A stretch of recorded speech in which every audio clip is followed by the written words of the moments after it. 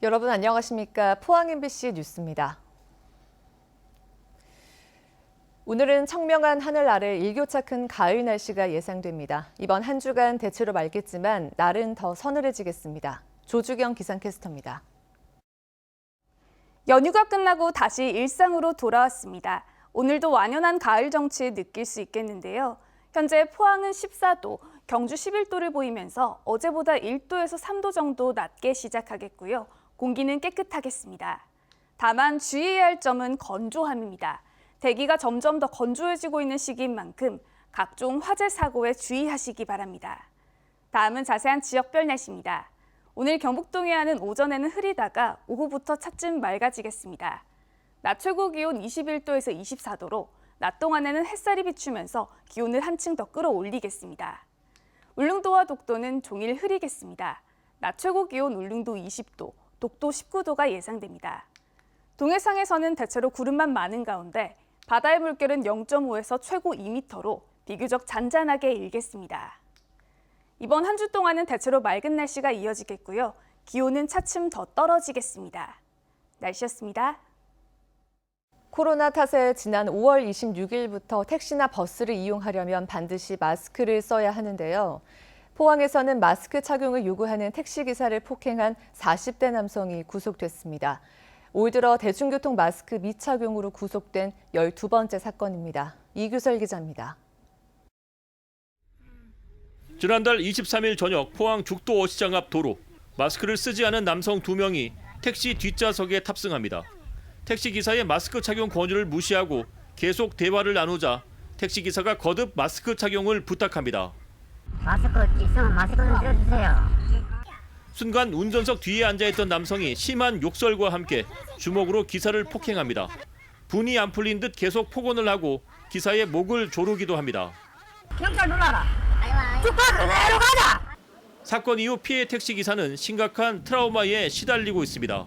수민들 시가에 가가지고 내가 이렇게 그 약물 치료도 이렇게 진짜 진료받고 내가 타오고 했거든요. 그래가지고 내가 한 3, 4일 정도 일 못했어요. 사건 발생 당시 폭행 용의자는 술에 취한 상태였으며 경찰이 신청한 구속영장은 지난 8일 발부됐습니다. 지금까지 전국에서 발생한 대중교통 마스크 미착용 관련 사건은 모두 430여 건. 이 가운데 절반 이상이 기소 의견으로 송치됐고 12명이 구속됐습니다. MBC 뉴스 이규설입니다. 공무원 신분인 대구시립예술단원들이 출근부를 허위 작성했다는 의혹을 보도해 드렸었는데요. 인건비로만 매년 세금 170억 원이 넘게 들어가는 만큼 이에 걸맞은 역할을 해야 한다는 지적이 나오고 있습니다. 윤영균 기자입니다. 대구시립예술단원은 호봉제를 적용받습니다. 교향악단과 합창단의 경우 160명 중 31호봉이 30명으로 가장 많고 20호봉 이상은 전체의 70%나 됩니다. 하지만 신규 채용은 많지 않습니다. 지역 대학에서 매년 400명 정도 예술을 전공한 졸업생이 배출되지만 최근 12년 동안 새로 뽑힌 신입예술단원은 20명도 되지 않습니다. 2년 단위로 평가받는 임기제 공무원이지만 정년이 보장되는 일반 공무원과 다름없습니다. 택배 일로 전화한다고 하시는데 그게 모든 예술가에 다 그렇진 않지만 많은 예술가들이 그 정도의 실정인데 시립에서 월급 보장돼 있겠다. 또 사실은 거기는 퇴직이라는 게 없지 않습니까? 죽으면 나와야 되는. 죽으면 사실은 그만두는 거거든요. 그러면 시민들에게는 충분한 예술 서비스를 제공하고 있을까? 시립합창단의 경우 지난해 30회 공연, 이 가운데 12번이 단원 10명 정도만 참여하는 찾아가는 음악회에 그쳤습니다. 시간적인 어떤 여러 가지 또 한계에 있어가지고 최선을 다하고 있다라고 또 얘기할 수 있을 겁니다. 그럼에도 불구하고 객관적으로는 우리 일반 시민 입장에서는 어떤 지금 이 기획 공연이라든지 그다음에 또 작은 앙상블 공연이라든지 이런 것들은 조금 더 많아져서 이렇게 이루어졌으면. 대구 3대 축제 중 하나인 대구 오페라 축제의 경우 시립 오케스트라와 시립 합창단에 여러 번 참가를 요청했지만 거절당했다는 증언도 나왔습니다.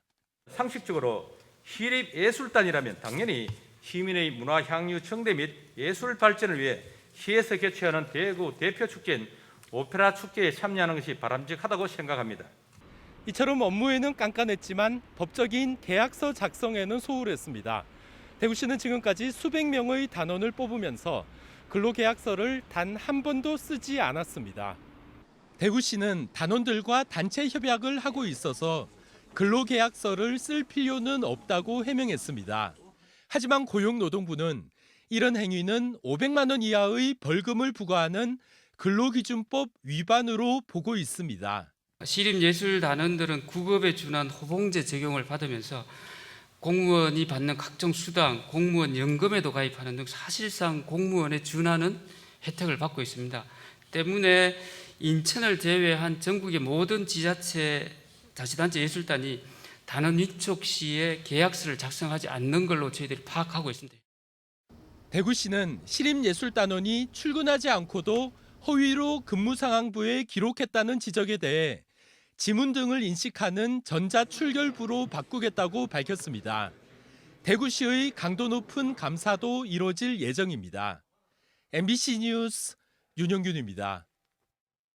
영풍 석포 재련소 공장 밑에 지하수가 공장 바깥의 지하수와 연결돼 카드뮴 등 중금속 유출의 통로가 된 사실이 환경부 조사에서 처음 확인됐습니다. 매일 22kg의 카드뮴이 유출된 것으로 환경부는 추산했는데 영풍 측은 특정 실험 조건에서 나온 추정치를 환경부가 섣불리 내놨다며 반발하고 있습니다. 홍석준 기자입니다.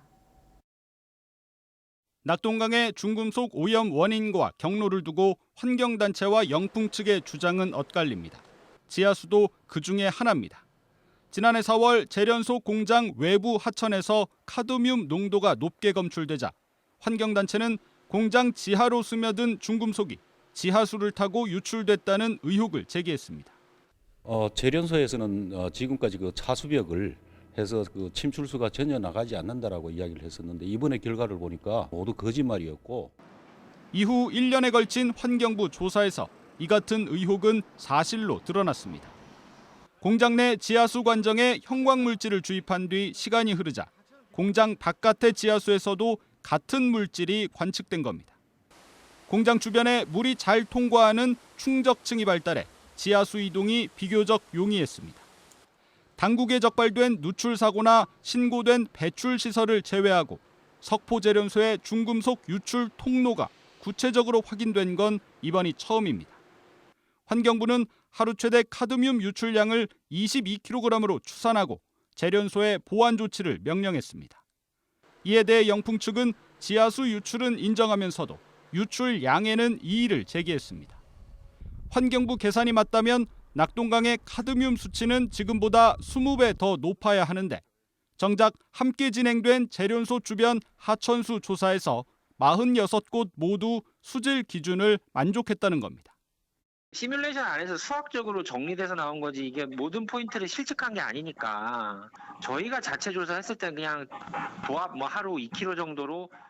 이번 조사에선 봉화군이 정화 명령을 내린 공장 토양의 카드뮴 오염도 재차 확인됐습니다. 오염 대책 기준인 킬로그램당 180mg을 대부분 초과했고 최대 2,600mg을 넘기도 했습니다. 토양 오염과 그에 따른 지하수 오염, 그리고 오염 지하수의 유출까지 재련소 주변 중금속 오염의 양상과 범위가 갈수록 구체적으로 확인되면서 올해 국감에서도 낙동강 최상류 환경 문제가 다시 한번 도마에 오를 전망입니다. MBC 뉴스 홍석준입니다. 경북 동해안 지역의 코로나 확산세가 진정될 기미를 보이고 있습니다. 포항은 지난 7일 104번 확진자가 발생한 이후 나흘째 확진자가 나오지 않고 있고 경주에서는 지난 3일 98번 확진자가 나온 이후 일주일 이상 추가 확진자가 발생하지 않고 있습니다. 한편 코로나19 확진자 7명이 발생한 포항 휴 요양병원의 동일 집단 격리는 지난 8일 정오에 해제됐으며 코로나 검사에서 환자와 직원 모두 음성 판정을 받았습니다. 울진에 있는 한울 원전 1호기가 계획 예방 정비를 마치고 발전을 재개해 어제 100% 출력에 도달했습니다.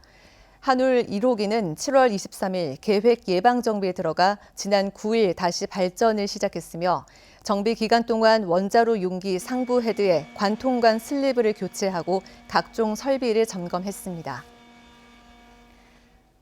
지난 9월 21일부터 포항지진특별법에 따른 피해구제 신청 접수가 시작된 가운데 포항시는 신청 기간이 내년 8월 31일까지로 길기 때문에 입증 자료를 충분히 확보한 후 신청해 줄 것을 당부했습니다. 특히 피해 사진과 견적서 등 피해 사실을 입증할 수 있는 자료들을 최대한 많이 제출하는 것이 지원금 산정에 유리한 만큼 자료를 꼼꼼히 챙겨야 한다고 설명했습니다. 또 지진 당시 재난지원금을 수령했던 피해 주민은 물론 신고하지 않았던 시민들도 신청이 가능하고 접수는 주소지와 관계없이 포항시내 접수처 34곳 어디서나 신청할 수 있습니다. 경상북도는 민간 건축물의 내진 보강 촉진을 위해 지진안전시설물 인증제 지원 사업을 벌이고 있습니다. 사업 대상으로 선정된 민간 건축물은 내진 성능 평가 비용 최대 3천만 원, 인증 수수료 최대 500만 원을 지원받고 지방세 감면 및 지진 보험료 할인 등의 혜택이 주어집니다. 사업 참여를 원하는 도민은 해당 시 군청 안전재난관리 부서를 통해 신청하면 됩니다. 경주시 도로명 주소위원회는 최근 회의를 열고 신설 도로 등의 명칭을 부여했습니다. 외동에서 내남, 효현, 상구까지 신설된 7번 국도 대체 우회도로는 시작과 끝에 지역명을 따 외현로로 결정했고 형산강 일대 조성한 자전거길은 형산강 자전거길, 북천 일원에 만든 자전거길은 알천 자전거길로 의결했습니다. 또 석굴암으로 오르는 도로는 현재 명칭인 불국로 종속 구간이 너무 길다는 의견에 따라 석굴로로 변경했습니다. 동북지방통계청은 오늘 18일부터 30일까지 대구 경북 지역 3만여 가구를 대상으로 2020년 하반기 지역별 고용조사를 실시합니다. 시 군별 고용률과 실업률, 산업 직업별 취업자 등 다양한 고용 현황을 조사할 계획이며 조사 결과는 항목별로 시기를 달리해 내년 6월까지 공표할 예정입니다.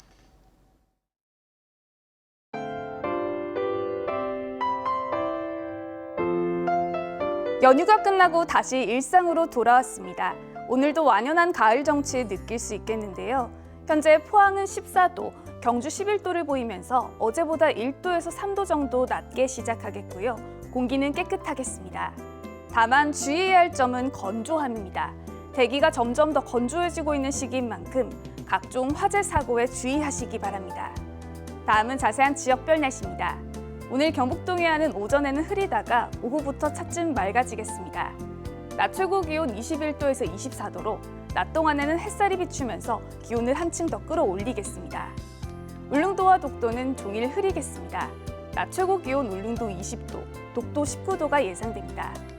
동해상에서는 대체로 구름만 많은 가운데 바다의 물결은 0.5에서 최고 2m로 비교적 잔잔하게 일겠습니다. 이번 한 주 동안은 대체로 맑은 날씨가 이어지겠고요. 기온은 차츰 더 떨어지겠습니다. 날씨였습니다. 이상으로 포항 MBC 뉴스를 마칩니다. 여러분 고맙습니다.